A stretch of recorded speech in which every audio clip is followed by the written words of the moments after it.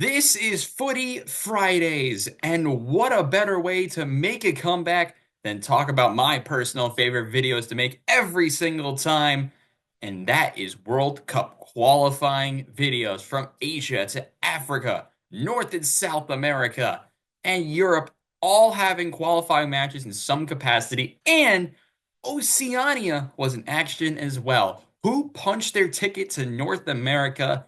We get to talk about every qualifying cycle, hopefully keeping it more brief than usual right here on a new edition of Footy Fridays for the first time on the newly rebranded RBTV. As we say, hello everyone, welcome back. It's been a while, hasn't it? Um, one, first of all, Robbie Basel, thank you so much for being with me for this video. This video is actually going out on a Saturday, and there's a reason for that. We'll get to that part at the end. But I'll just answer a couple questions because a lot's been going on that I have to address before we get to the fun stuff with World Cup qualifying. So, real quick, what is this channel? So, I I was supposed to announce that I left Give 'em Five on Wednesday. And now all of the content from the Robbie Basel Show and Footy Fridays are now coming here. And it made more sense for me to go back to doing content on my own.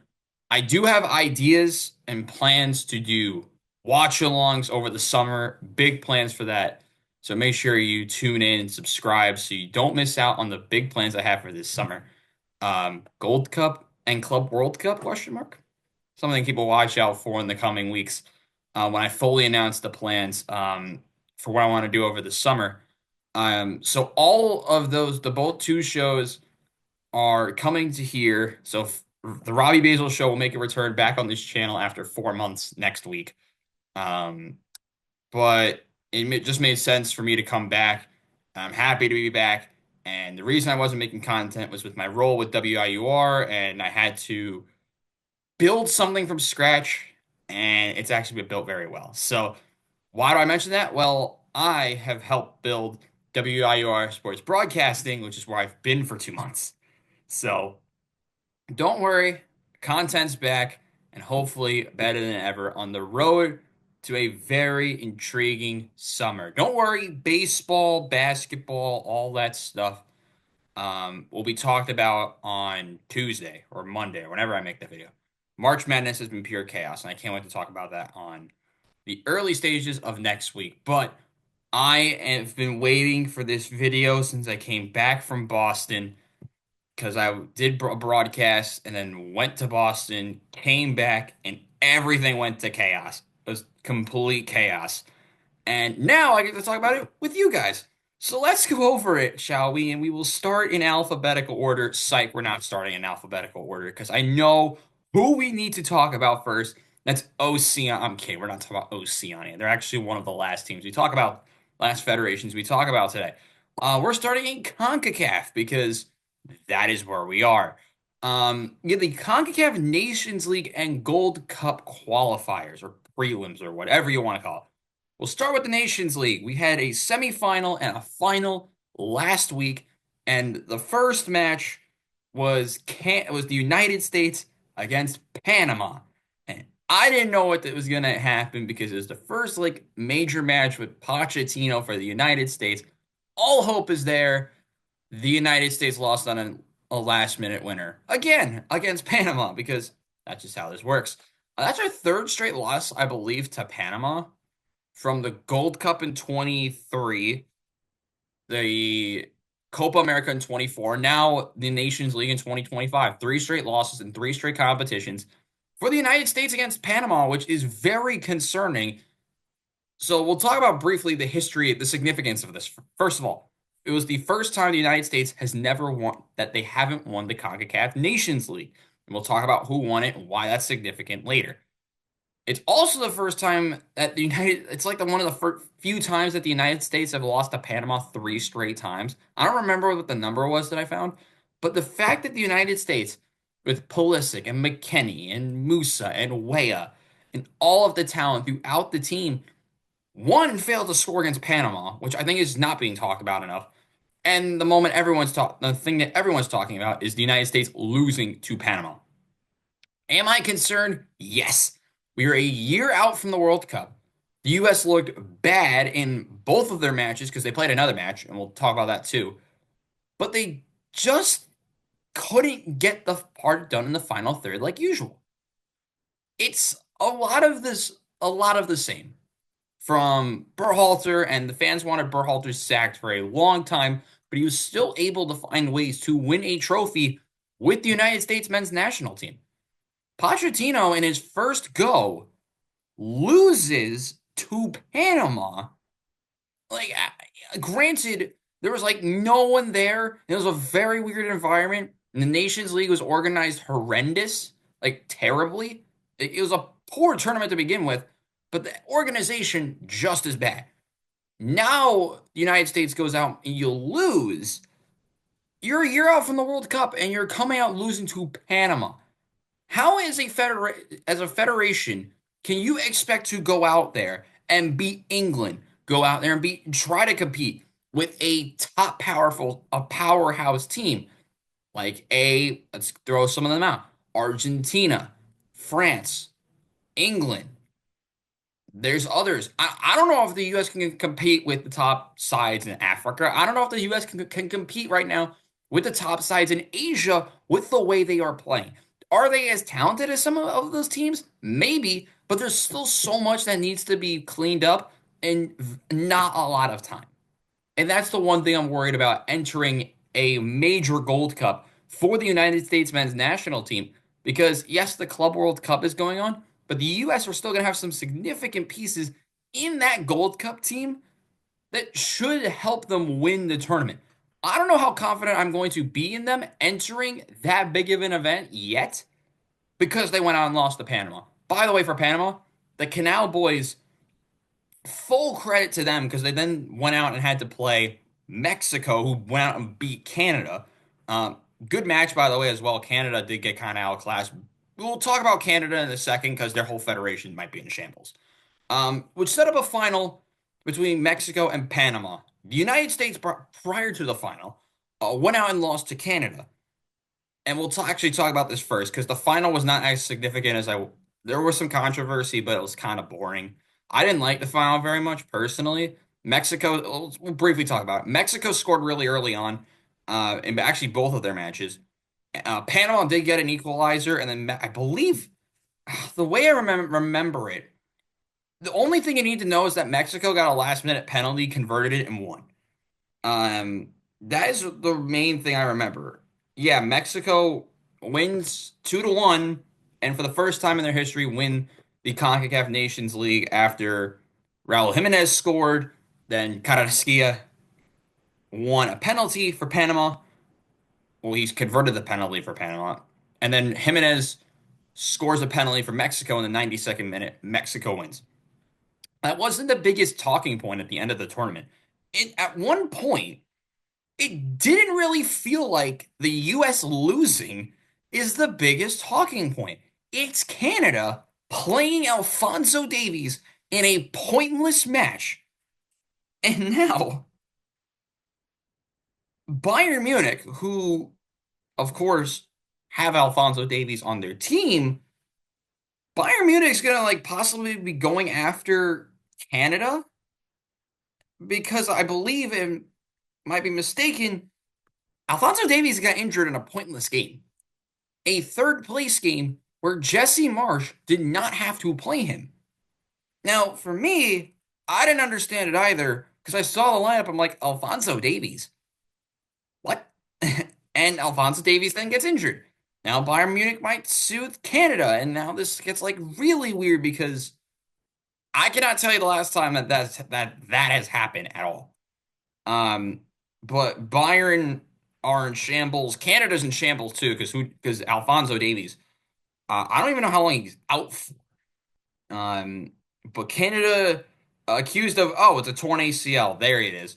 I forgot. I knew it was a knee injury, but I forgot what it was. So it was a torn ACL for Davies. And Canada is now accused of gross negligence.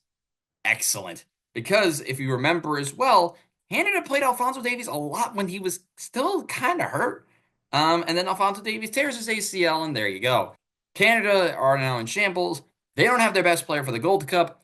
Bayern are mad because he shouldn't have played. Canada looks stupid for playing him. And the Nations League was just a complete and utter, and I'm gonna get in trouble for this, but I will say it like this: it was a complete and utter shit show, and that's CONCACAF in a nutshell. But weirdly enough, there was more stuff going on in CONCACAF because the Gold Cup qualifiers were last week. We're gonna keep it short and brief, and we'll tell you about the matches that you might have to care about, but we'll list the teams that qualified first. And it wasn't close. We had Trinidad beat Cuba 6-1 on aggregate. Costa Rica beat Belize 13-1. I don't know why they did that, but you go ahead, I guess. Honduras got a really uncomfortable result against Bermuda. Honduras won 5-3 against Bermuda and then beat Bermuda 2-0. A very uncomfortable moment for mainly Honduras because they kind of expect to make World Cup 2026 and they barely beat Bermuda. Very weird moments over there. Um, and in other news and games that you might not care about, Guadeloupe went out and beat Nicaragua twice.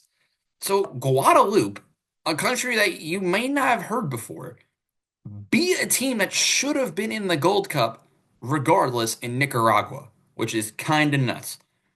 But then we get to the three matches that people might have cared about. And we'll start off with Jamaica, who are, I believe, the fifth best team, sixth best team in CONCACAF behind the United States, Mexico, Canada, Costa Rica, and Panama. Then it's Jamaica. They went out and had to play St. Vincent and the Grenadines, which is a Caribbean. It's not even Caribbean. It's like Central. It's in Central America. It's that tiny band of islands in the eastern part, in the far east of Central America. They played Jamaica in the St. Vincent and the Grenadines and drew 1-1, which set up a very uncomfortable second leg where Jamaica still looked terrible but won 3-0. Nothing made any sense. They went to Sabina Park in Kingston, Jamaica. Jamaica kind of swaggered all over the field, yet still couldn't score. And they needed a goal from Brown, an own goal, and a late goal for no reason. And Jamaica won, but they looked terrible doing it. It was like a very uncomfortable moment. But that wasn't the only uncomfortable moment for a semi big team because well, in terms of size, obviously. Because then we went more west to Guatemala. They played Guyana, which is the most random tie ever. And Guyana at home beat Guatemala 3-2 in the first leg. It was a back and forth game. I got to watch part of it. It was a very, very fun match. Which then sent us to a second leg where freaking Guyana gets a red card and then concede two goals and lose. Guatemala back in the Gold Cup. Good for them. I've forgot to list this in the games you may not have cared about. Suriname, shout out to Suriname. They could be a dark horse to like make the knockouts. They played a very good Martinique team and won 2-0. So, oh, on aggregate. So the Gold Cup is set. The draw is in April. We might stream it. I don't know. But the Gold Cup, CONCACAF is just weird, bro. CONCACAF's just weird. That's all I'm gonna say on that. Real quick to just get them out of the way, New Zealand qualified for the World Cup out of Oceania. They beat New Caledonia 3-0 in a final that no one would watch. They did beat Fiji 7-0 in the first game. Then they won 3-0 against New Caledonia, and now New Zealand is going to the World Cup. Other than not the only team to qualify, because now we go to the one of the most random like sections of World Cup qualifying, and that is Asia. Now, Asia, if you remember, um, we'll start with Group A, and of course they have the powerhouses, Iran, but they weren't the only team that were flying high heading into this window, and that was Uzbekistan. Uzbekistan were in a position where if some things go their way, they could qualify for the World Cup at the end of this window. They didn't do that. Iran did, which fair play to them. They went out and had to play a couple of matches. We'll start with their first one. which was a 2-0 win over the United Arab Emirates.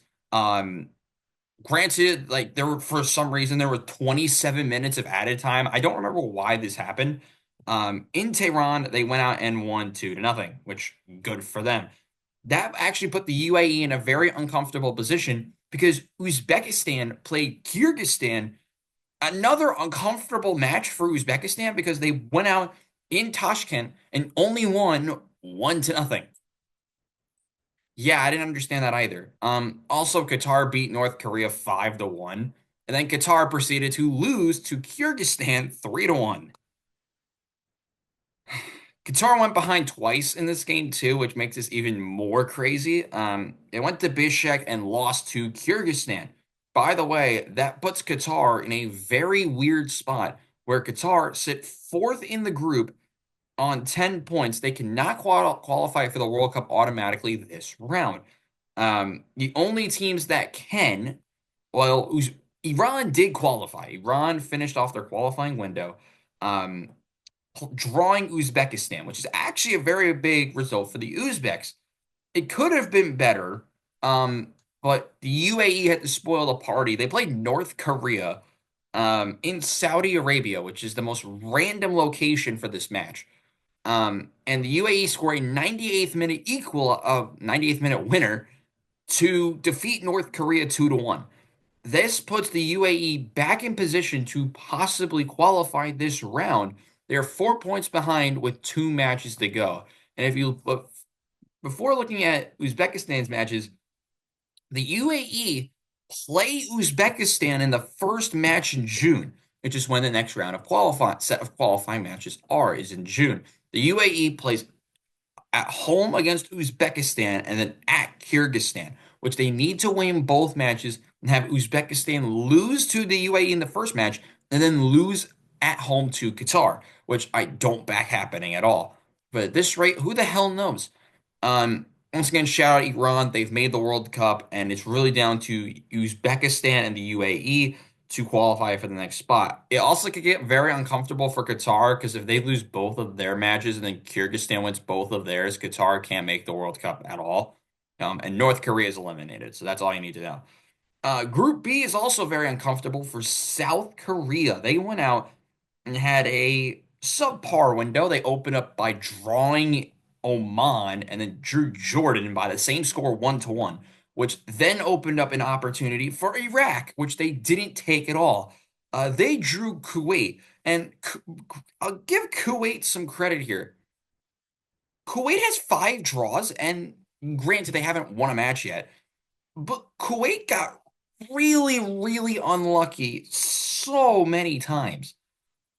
I'm kind of like annoyed that I have to say because Kuwait should have beat Iraq 2-0, but Iraq gets 2 goals in stoppage time in the 93rd and 101st minute to get a result against Kuwait, which set up a result for Iraq, and they deserved to lose. They had an Uno reverse card against Palestine, and Palestine, with however you feel about them, they beat Iraq 2-1, which sets up Iraq in not a comfortable position because Jordan decided to win a match. They beat Palestine and then drew South Korea, which is a 4 point window for the Jordanian national team. If you look at the standings, South Korea and Jordan have at least clinched a spot in the fourth round of qualifying, but both of those teams look to clinch qualifying spots in the next window. South Korea currently 6 points from the drop zone. They need at least a draw and a couple other a lot to happen in order for them to not make it. They're probably going to get in, which makes it really down to Iraq and Jordan for who gets the next automatic qualifying spot. And this could be settled on the final day in June when they play each other. No joke, these two play each other. Jordan has to play Oman, and then they have to play Iraq. Iraq opens up at home against South Korea, which if Iraq wins and Jordan wins, that could set up a very epic final day, which maybe we have to stream that. Just saying. Probably won't because those matches are like 4 in the morning. Regardless, big results though in this window for Jordan. They keep themselves in it. Where Iraq, very terrible window for them. South Korea also had a very weird window, only getting 2 points. They should have qualified this window. They didn't, and now they have to be in a very sweaty situation where they have to play Iraq and then play Kuwait, which Kuwait has 5 draws. I'm just saying Kuwait can draw the match, and then South Korea could lose to Iraq on the road. Chaos can ensue. That's all you need to know. By the way, this is just like the tip of the iceberg with how crazy things get. So lock in. Well, there were teams that did lock in, and that was Japan. They qualified this window after winning their opening match. Um, but they weren't the only team that won their first game of the window because Japan, well, they beat Bahrain 2-0. Australia set the tone though. They beat Indonesia 5-1. But that's still not even the most crucial win of the window because Saudi Arabia won a match. I know, foreign concept, but Al Dawsari scores for Saudi Arabia against China to get Saudi Arabia back into it. Saudi Arabia then draws Japan 0-0 in in Japan. Give them some credit there. Australia keeps their pace. They win 2-0 on the road in China. But I still don't think that's the biggest result of that day because Indonesia goes out and gets a result against Bahrain. And the best part about this is that Bahrain and China are the two teams in the drop zone. Indonesia are 3 points clear of the drop zone. And if you look at the final matches, there's two crucial matches that you have to watch out for. Well, three crucial matches you have to watch out for. Two of them involve Australia. They have to play Japan and Saudi Arabia, including a finale at Saudi Arabia. They play in Perth against Japan and then have to go to Saudi. A big match that you have to watch out for, though. I'm not even say that it's as a match. It's what can happen, and that involves Indonesia, China, and Bahrain. China and Bahrain play each other in the final match day. Bahrain, I think, have the worst chance because they have to play Saudi Arabia and China, though they could play spoiler against Saudi and then beat China, which could put a situation where they'd be on 10 points, but then they would need Indonesia to lose to China in the opening game of the next window, which I don't see happening. Therefore, I'm backing Indonesia to make it to the fourth round. So a Southeast Asian team would come out and make it to the fourth round of qualifying, which it's only a 3-team group. And I believe the top team makes it, and then the second place team goes to a playoff. Anything could happen in those final couple of matches. And Asia is crazy, but what we do know is that Japan and Iran, you're going to North America. Welcome to chaos because this tournament's gonna be utter chaos. But I can't wait for that to happen. But while I take this deep breath, we're heading to my favorite section of qualifying. And you guys know it very, very, very, very well. Welcome to Africa. Now, Africa, um, is some of it's pretty set in stone already. And we'll start in Group A, which is pretty much set in stone. Egypt have completely dominated this group. They're 5 points clear of Burkina Faso. Egypt did play a very uncomfortable match against Sierra Leone, which shout out to them. They actually made it to an AFCON in 2 tournaments ago, I think, when they were drawn into that group with Ivory Coast, Equatorial Guinea, and somebody else. Um, and they like drew a couple of those games, then lost to Equatorial Guinea, which we'll speak about Equatorial Guinea in a second. But Sierra Leone is third in this group. If you're Djibouti, that's unfortunate. You are getting eliminated from the World Cup. They've lost all. Oh, they actually drew a match, which fair play. They do have drawn one match, but they've conceded 20 goals. So take that how you will. But Djibouti is done. They have one result that's competent. They have 1 point and negative 16 goal difference. They're not going to the World Cup. But Egypt are in near complete control. And with only a couple of matches, I believe there's 4 matches to go, with those matches being played in September and October. The big match that you have to watch out coming up is Egypt against Burkina Faso in the back end of September. And we'll talk about that match a lot at that window because Egypt, if they go out and find a way to drop points against Ethiopia, they have to go on the road in Africa. If you've watched any of this, which if some of you I know have not, I'll just tell you real quick. Playing on the road in Africa is like playing in Kyle Field in Texas A&M. Like it's like nearly impossible. So it gets very crazy. There's a lot of weird stuff that happens. Also, shout out Ethiopia for beating Djibouti 6-1. Why not? But that's not even the weird. That's not even a weird group in this perspective of where we are. Because Group B takes the cake. Easy. It starts as an appetizer for what can come later. Because a big nation is in fourth place in the qualifying group. I can't wait to talk about them. But we go to Group B, and if you've paid attention at all this week, last week, to what happened, Sudan was at a top of Group B for like 2 days, for a couple of days, and they've been on nearly at the top of the group like the whole qualifying cycle. And for those who don't know, Sudan's in the middle of a war, like a civil war.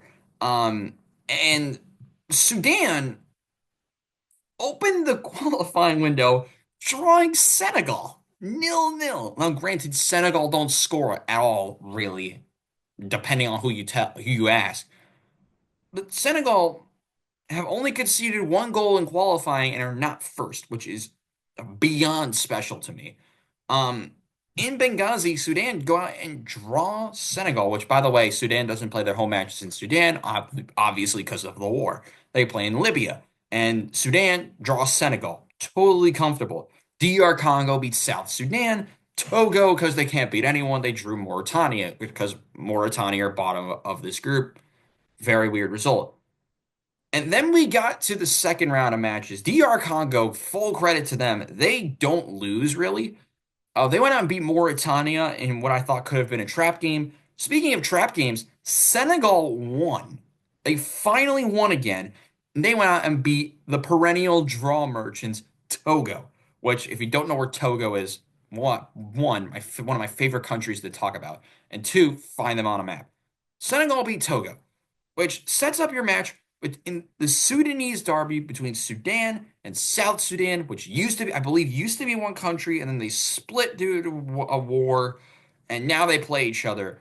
And this game, I didn't watch the full thing. I watched the end, like I watched the highlights of the end because that's when all the chaos happened. It ends in a 1-1, which puts Sudan, who were in the automatic qualifying spot for like forever on the second match day, to third due to goal difference because Senegal scored multiple goals this window. So now this group with two unbeaten teams, both of them are not in the automatic qualifying spot. And that is because the DR Congo, Dr. Congo, are here. And the DR Congo, shout out to them. They've actually won more than three matches. They've won four, drawn one, and lost one. And they're at the top of their qualifying group ahead of Senegal and Sudan. Togo, South Sudan, and Mauritania are essentially done. It's really down to those three teams. And if you want to talk about matches in the future to watch out for, Senegal plays Sudan again in September.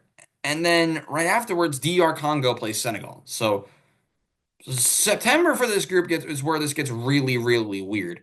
Um, but now we get to the bread and butter of this qualifying cycle. And that is Group C, which is South Africa, Rwanda, Nigeria, Benin, Lesotho, and Zimbabwe. Entering this window, you have your usual candidates, Rwanda and Benin near the top with South Africa. Um, but that's not where the chaos really happened. Because if you remember from last time, when we were talking about this actually we talked about it on this channel. Um, Rwanda beat Lesotho, which I know random match, but that put Rwanda near the top of the group. And because Benin beat Nigeria, that's what put them towards the top of the group, and South Africa wasn't losing. Well, this is where it gets weird. Nigeria won a match, which, first of all, round of applause to Nigeria. They finally won a match. They proceeded to then kill all momentum by drawing Zimbabwe, which naturally. But Nigeria went on the road in Kigali, beat Rwanda 2-0, which kind of ripped out my heart and soul a bit. But then Benin, who had to win, draws Zimbabwe. Naturally. I'm smiling because I love this. Nigeria and Benin don't take advantage against the team at the bottom of the group. Granted, playing on the road, like I said, nearly impossible. Benin draws Zimbabwe. South Africa beats Lesotho in the battle of really the battle of South Africa because Lesotho is one of the two countries that's inside of South Africa, and the other one drew a powerhouse, and we get to talk about that later. But then that sets up a match day where Benin had to beat South Africa. That didn't happen. South Africa on the road in the Ivory Coast, which is where this match was. South Africa beat Benin 2-0, which kind of again ripped out my heart and soul. Um, and then because we love soccer or football, Rwanda drew Lesotho because naturally. So this sets up a group where Rwanda is in the second place spot, but this group is essentially settled already because South Africa doesn't drop points. They've only dropped points in two matches. Everyone else has done it more than at least four times. Four. Over half of the matches these teams have dropped points in, and then South Africa has turned those results into wins. That's the difference. South Africa, 4 wins, a draw, and a loss, have themselves at 13 points and are 5 points clear of Rwanda and Benin. Nigeria are 6 points out of it. They're not going to likely win this group, which means they'd have to get one of the top second place spots. And because I haven't explained it, I'll explain this now. If you're one of the four best second place teams, you go through a super playoff essentially, where you have to win it, the playoff between the four best second place teams, and you go to the Intercontinental playoff and you have to win that. And then you make the World Cup. You do not want to finish in second. Nigeria probably doesn't finish second in this group, or isn't one of the best second place teams because they're only on 7 points through 6 matches. Nigeria, a team that used to be in the World Cup so many times, and were one of the more talented teams in those World Cups, struggle to make it out of a group with Rwanda, Benin, and Lesotho in Zimbabwe. Those Zimbabwe is actually way better than they look on paper. They don't win or really lose, which full credit to Zimbabwe. I think they're playing AFCON actually. But dude, what the hell? Nigeria. And that's not even the only team I'm going to call in this window. Benin. What the hell was that? Benin had a gift. Benin had a literal gift to get a second place spot. All they had to do, granted, they were not beating South Africa, but they had to beat Zimbabwe. And they couldn't even do that. And granted, what makes this even more hilarious, they blew a 2-0 lead at Zimbabwe. Sure, why not? Make this really weird. Group D, and this is where I get to make my point from earlier. Another team that's been pissing me off, that sound the alarms. Robbie's upset because Cameroon drew a country that's not really a country. And let me explain why. Eswatini, a country where I believe used to be called Swaziland. Like Swaziland. Let me just make sure. Swaziland, which was, let's go through some history, is Eswatini. Eswatini, a former kingdom, they used to be called Swaziland. They're in southern South Africa. There is essentially not really a place. I mean, it is a place. It's an independent place inside of South Africa. They're the other country other than Lesotho. They drew Cameroon. Like, what the fuck, man? Like, that's the only way I could say this. And not only that, 0-0. Eswatini. How many points did they have? Two. Perfect. Their first point was against Cameroon. Their first point of qualifying, Cameroon. Yes, that makes sense. What the hell, man? To make this less confusing and more predictable, Cape Verde went out and beat Mauritius after so Cameroon's in shambles. You go out and draw Swaziland 0-0. Um, but then Libya was in even more shambles because they lost to they should have won or lost depending on who you ask. They drew Angola 1-1 after a 93rd minute equalizer, which set up a second match day where Eswatini drew Mauritius 3-3. That was arguably the best match in this group. I watched it back because it was a 3-3, and it was such a bad match. But it was good because the quality on the pitch was terrible. But in the end, um, like like this windburn or sunburn or whatever you want to call it, Mauritius found a way to burn the Eswatini defense in the end. Because Vincent, who doesn't even have a Wikipedia page, gets the equalizer. And Eswatini draw Mauritius 3-3. Cape Verde, who've put on a clinic, they're not even going to AFCON yet. They can still find a way to win matches in World Cup qualifying. They beat Angola 2-1 in a very uncomfortable match on paper, courtesy of Livramento, who I don't even know who this is. He is originally from the Netherlands. That makes a lot of sense, actually. Cameroon then rebounded by beating Libya, which sets up a group where, oh my God, I can't believe I'm saying this. Eswatini got points. Cape Verde is top of the group because that makes sense. Libya, Angola, and Mauritius are essentially out of it, along with Swaziland, aka Eswatini. It sets up a scenario where Cape Verde and Cameroon are at the top of this group. They play each other in September.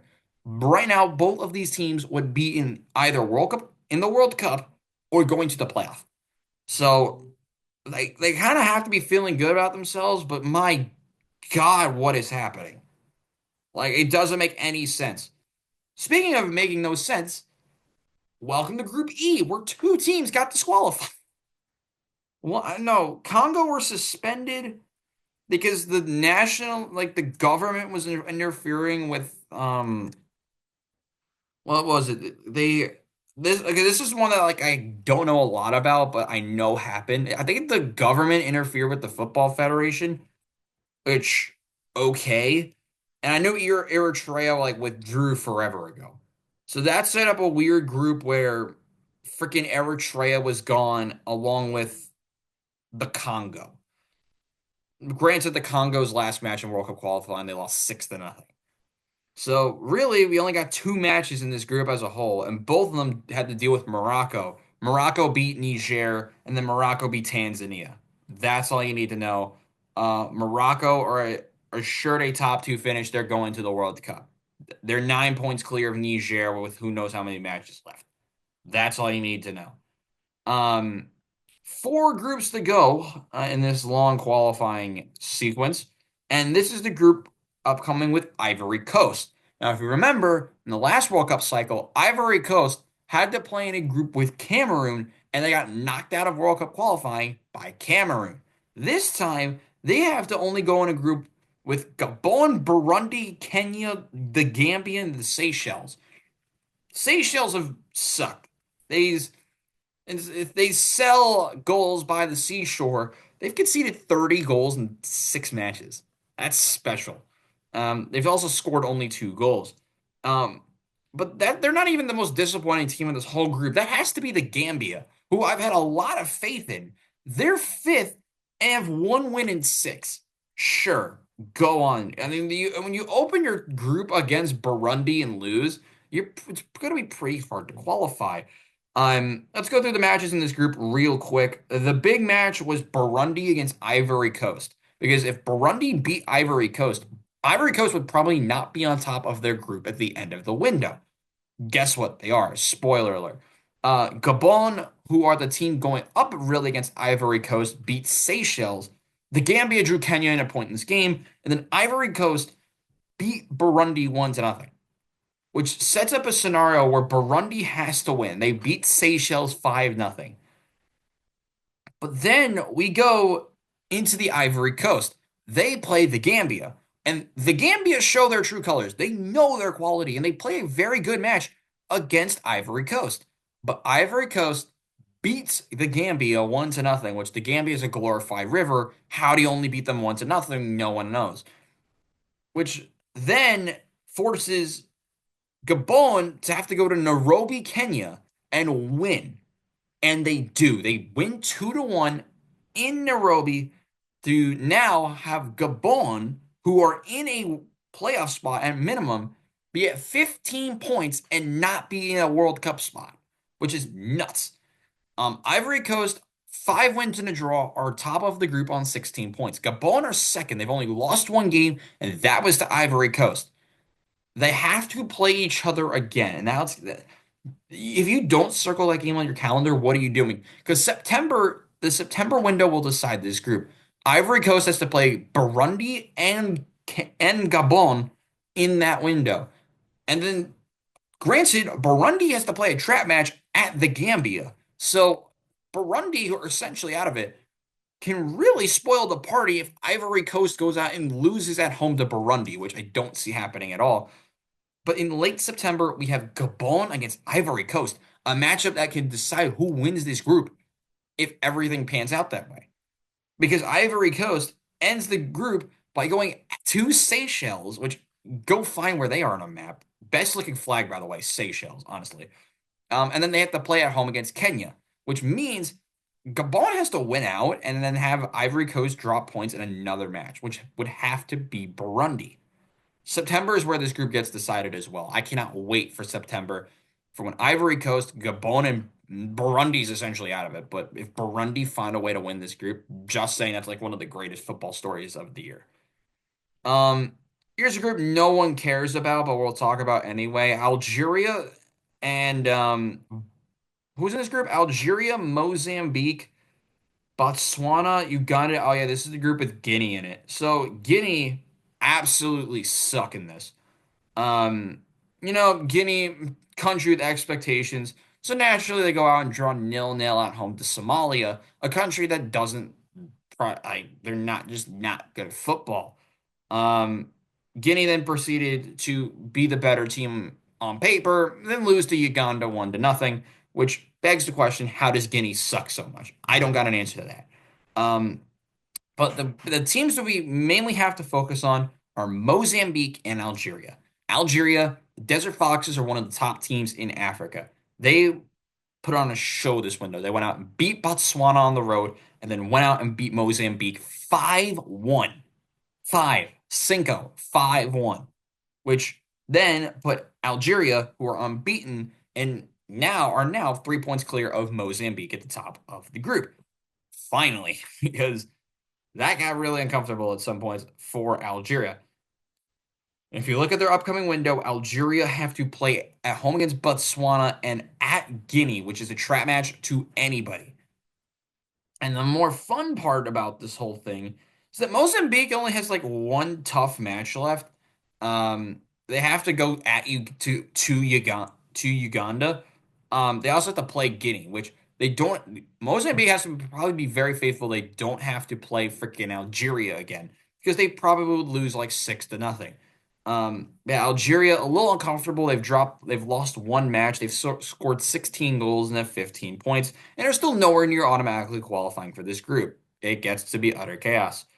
A group that I think will get sorted out really quickly is Group H. Namibia and Liberia are essentially battling for the second place spot because right now one of those two could be in a spot like that. Um, but the real disappointment here is Equatorial Guinea, who have had Emilio Insue, the team that lost 6 points because their player was apparently ineligible and they didn't like care about it for like forever. Equatorial Guinea, if they had Emilio Insue not get suspended and CAF just not care about it like they have for however long they've not cared about it, Equatorial Guinea would be in a playoff spot. Just saying. Because Equatorial Guinea in this window, you go and beat Sao Tome and Principe, but you don't even know who that is. And then they followed it up by yes, they sucked against Namibia. I know. But they still would be on 13 points and towards the top of the group. Top of the group is Tunisia, obviously. They, in this window, who did they beat? They went out and beat Liberia 1-0 and then beat dreaded Malawi, a team that Tunisia struggled with a couple of AFCONs ago. To set up a group where Tunisia is 4 points clear of Namibia, Liberia is 6 points out. They're essentially out of it, and they're trying to vie for that playoff spot. Equatorial Guinea is like no chance for either, and Malawi is just there. Sao Tome and Principe are on 0 points, and they're already done.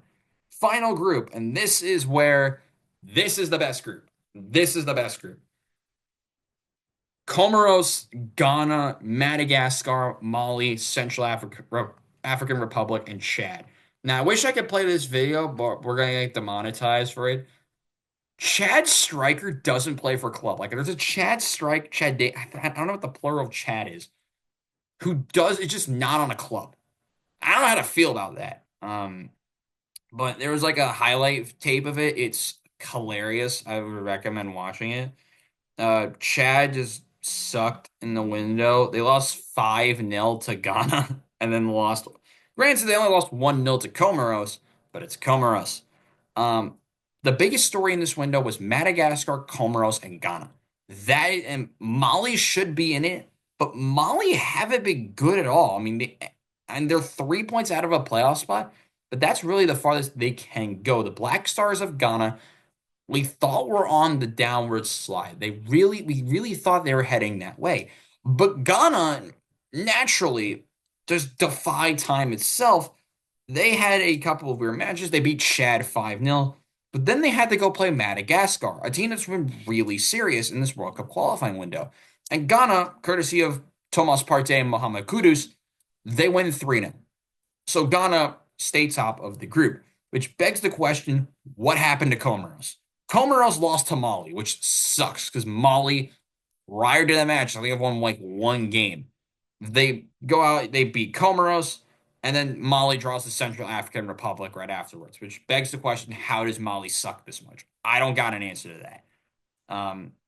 But now you look at a group where Ghana is atop still, back to being up top. But Comoros are really fighting for it. They're on 12 points. Comoros, 12 points. Comoros, sure. Let's throw this marker out the way.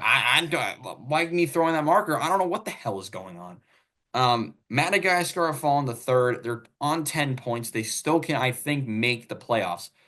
Matches to watch out for in this group. In the September window, looking ahead, Ghana plays Mali in a match that is still a heavyweight matchup on paper. Mali also has a tough match in this window against Comoros. Very big matchup as well. Mali plays the two top teams in the group. Should be fun. Bad matchup for Comoros because they have to go to Mali, which really sucks. Comoros then has to go on the road again, which puts Comoros in a very difficult position before ending the group, playing at home to Madagascar, and then playing against Ghana. So big couple of matches come up for Comoros if they want to make it to the World Cup. But if we look at the second place teams, Gabon, Cameroon, Senegal, and Namibia would be the teams going through. There are six teams on. There's one team on 15 points. That's Gabon. And then I believe, if I can count, 5 teams on 12 points. Cameroon, Senegal, Namibia, Comoros, and Mozambique. But Burkina Faso 1 point behind all of them. So the second place spot playoff, completely up for grabs. It's going to be so much fun before you have to go to a stupid playoff. 2 federations left. We're almost done. And let's go to Continent Bowl. And we'll keep this short and brief. Just like some tenures of some coaches that got fired. So what was the biggest story going in? The biggest story going in was the battle in the midfield. Because Argentina essentially was going to qualify this window. Spoiler alert, they qualified this window. But the real question were the teams in the top and towards heading, it should be towards the top, and the teams that are in the midfield. And those countries, we'll just list out a couple of those that we were supposed to watch out for, were Ecuador, Uruguay, Brazil, and Colombia. But there's another team that really rose to the occasion in the back half of World Cup qualifying, and a team that's gone really under the radar, and they're probably going to the World Cup, and that is Paraguay. Now, are they horrible to watch? Yes, I hate watching Paraguay. In the past, at least, because Paraguay's games are like a 0-0 or a 1-0. It's typically how they've gone. And I know Paraguay were trying to like reverse the narrative, and they kind of were doing that for a little bit. They got into a couple of fun matches. They drew 2-2 against Bolivia back in November. But they had to play a very big match against Chile, and they had to beat Chile.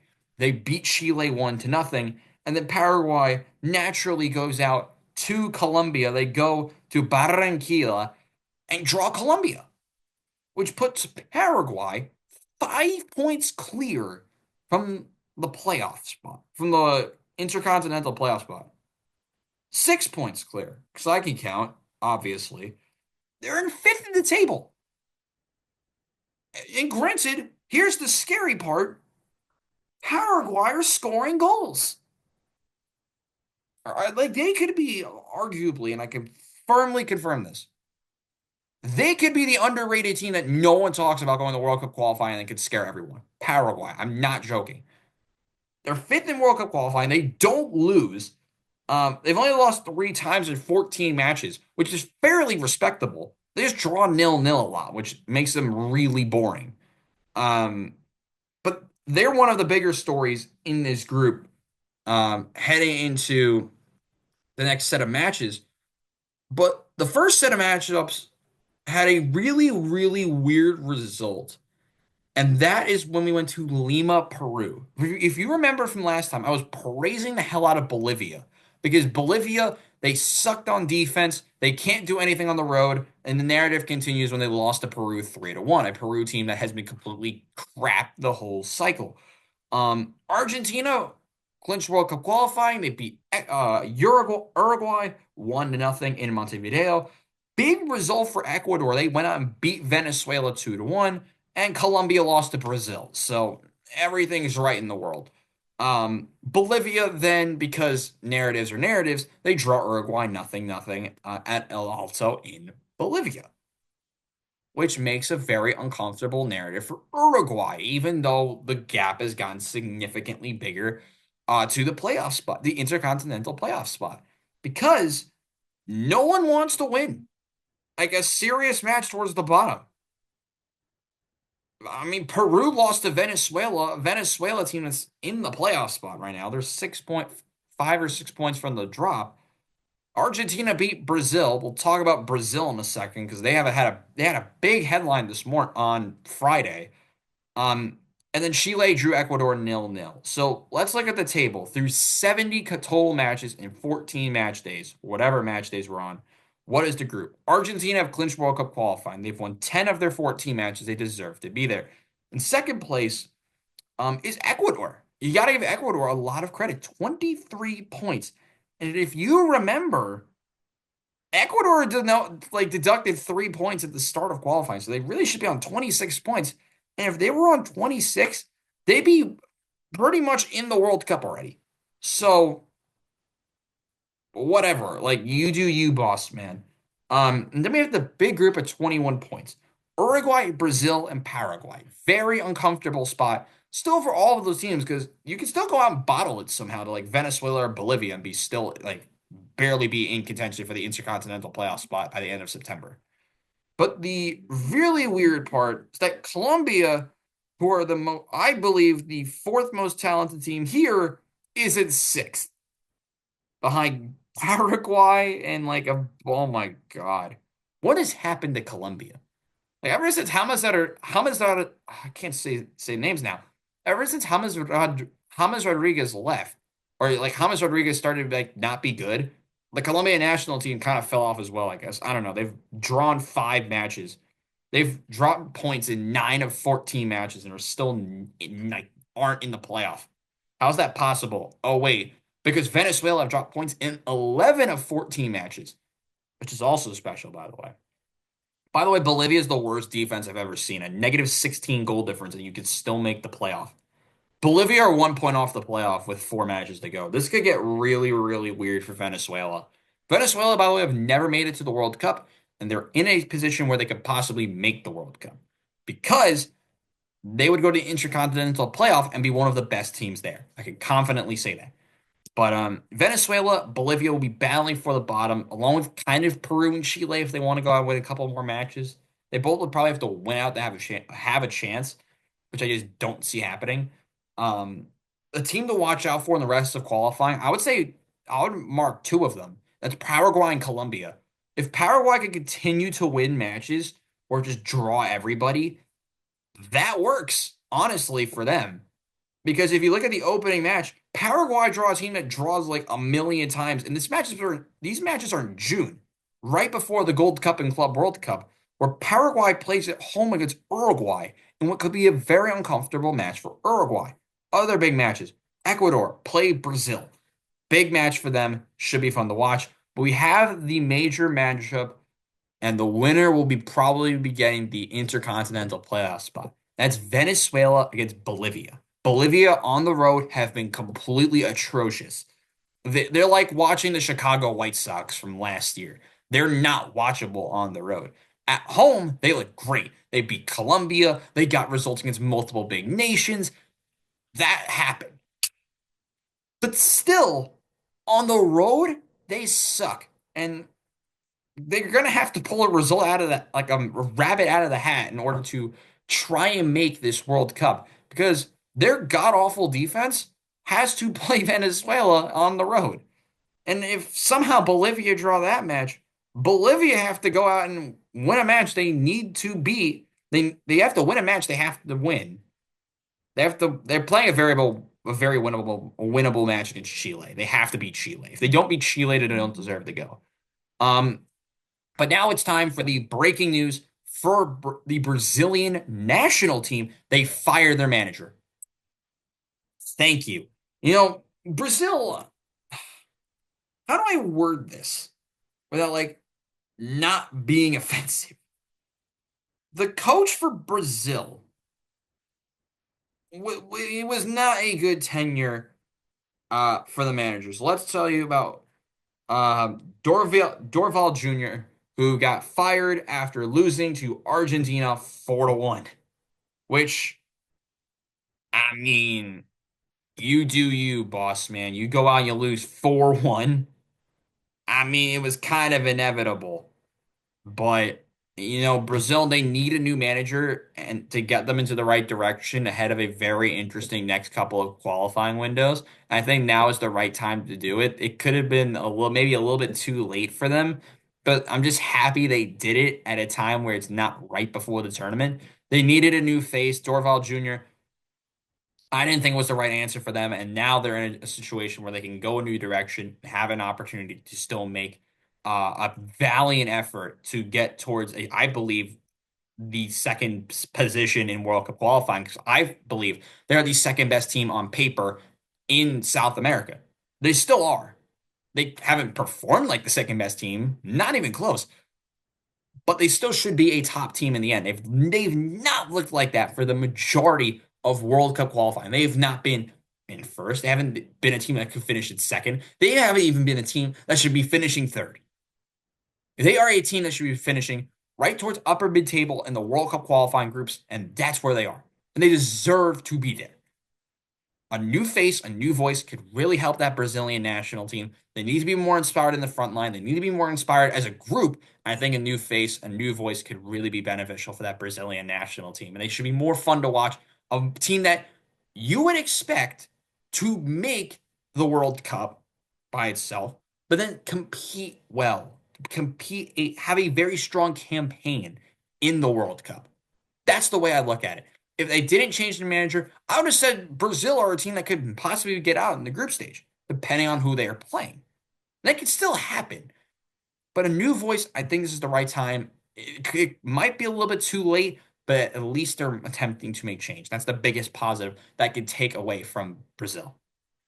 We're going to quickly go to UEFA World Cup qualifying because it just started. Let's quickly go through the format because we haven't talked about it at all. UEFA, real simple. There are like a million groups. If you win your group, you go to the tournament. If you finish in second, you go to the playoff along with whoever's the next best Nations League winning teams. And the best part, only some groups were in action because some of the groups have 5 teams, some of the groups have 4 teams, and the 4-team groups weren't decided because of the Nations League, yada, yada, yada. Here we are. And we only could start in Group G because that's the first group with 5 teams. And it's Netherlands, Malta, Lithuania, Finland, and Poland. Netherlands doesn't play a match till like forever. Very uncomfortable start for Finland. They were terrible against Malta. But they found out to win a game, and Lewandowski's inevitable. They beat Lithuania. Lithuania then draw Finland. Poland beat Malta. Poland are 6 points from six and deserve to be top of the group. Very intriguing how the Netherlands fits into this group, by the way, because that's where they finished in the Nations League. They now get thrown into the group um, with Finland and Poland. Should be very fun. Group H is the group with Bosnia, Romania, Cyprus, Austria, San Marino. Very unfortunate start for San Marino. They played in the UEFA World Cup qualifying curtain raiser and lost to Cyprus, which is a very bad result.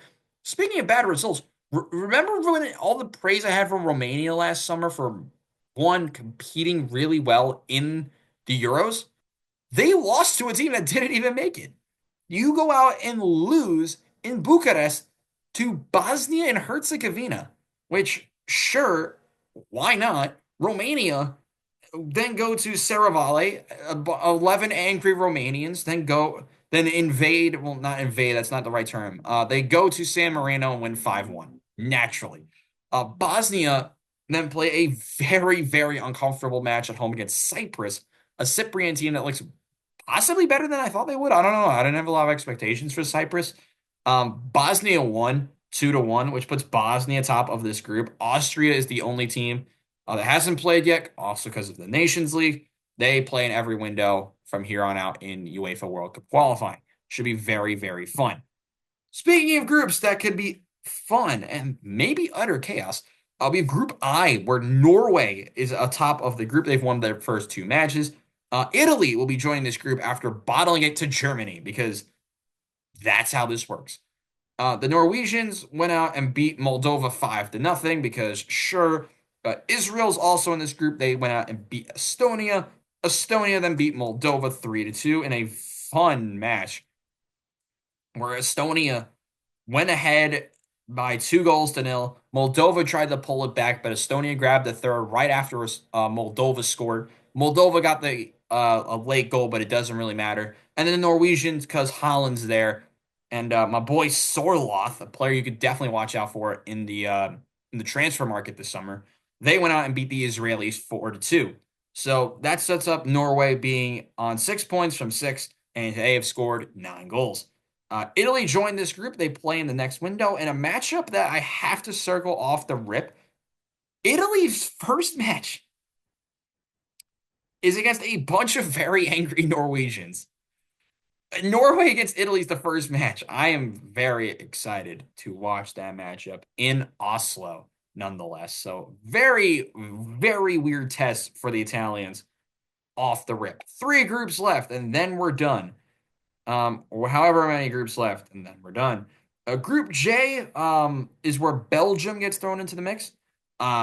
North Macedonia is top of this group because they went out and beat Liechtenstein, a team that should be the worst team in the world. Liechtenstein. Wales beat Kazakhstan because I want Kazakhstan to be good. They did look good against Liechtenstein. They beat Liechtenstein 2-0. And then North Macedonia and Wales played arguably the most fun 90. I mean, okay, let me word it like this. The first 89 minutes were terrible. And then the last couple of minutes, fireworks occurred. North Macedonia scoring in the 91st minute. Wales scoring in the 96th minute. And that match ends 1-1. Perfect. Belgium joined this group, as mentioned. They open it up against North Macedonia. We're going to roll through the rest of these groups right now. England, hello. They were in this group because they were not in Nations League A, which is I still find funny. They opened it up with Albania in Thomas Tuchel's first match. Miles Lewis-Skelly makes his debut for England just a few months after making his debut for Arsenal, and he goes out and scores the opener. Harry Kane bags the second. They beat Albania 2-0. Latvia, shout out Latvia, they went out and beat Andorra 1-0. And then Latvia could not get it done at Wembley in front of 80,000 and lost 3-0 to England. Shout out Albania. They rebounded really well after losing to England. They beat Andorra 3-0, which sets up their group being England, Albania, Latvia. Serbia are the other team in this group, along with Andorra. Serbia open up group play by playing in Tirana, which is, for those who don't know where that is, in Albania. So, very fun opening match. Final group is the group with the Czech Republic. Gibraltar, Montenegro, the Faroe Islands, and Croatia. Croatia obviously did not play in this window, but we opened it up in Montenegro with Montenegro against Gibraltar. That was the first match of this group. And The Rock was leading 1-0. By the way, the reason I say The Rock, if you know anything about Gibraltar, it's literally known for like a rock. I think it's like this giant thing. Look it up, please. The Rock in Gibraltar. That's just all you need to know. They led 1-0 for a whole 9 minutes. Montenegro then responded with 3 goals, and all hope is lost.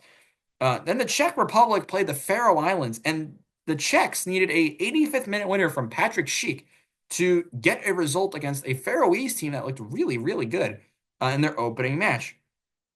My God, speak. Gibraltar then played Czechia, and the Czech Republic won 4-0, which then set up a matchup with Montenegro against the Faroe Islands. And this match, another one that was decided very late, 96th minute winner to end this qualifying window as Montenegro grabs all 3 points, and they are just behind Czechia in the group.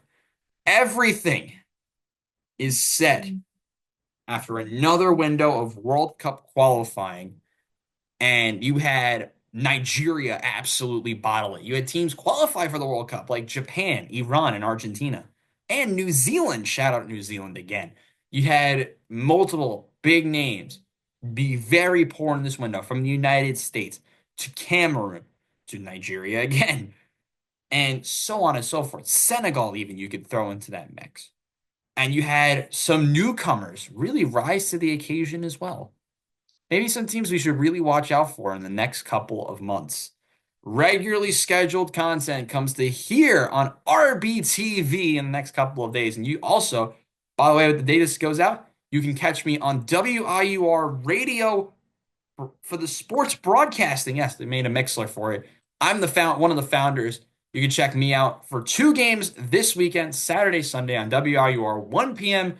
on Saturday, which should be after this video goes out, and at noon on Sunday. So, all to watch out for. But that's the end of today's Footy Fridays International Break review. I know it's a very long first video back, and I hope you all enjoyed it.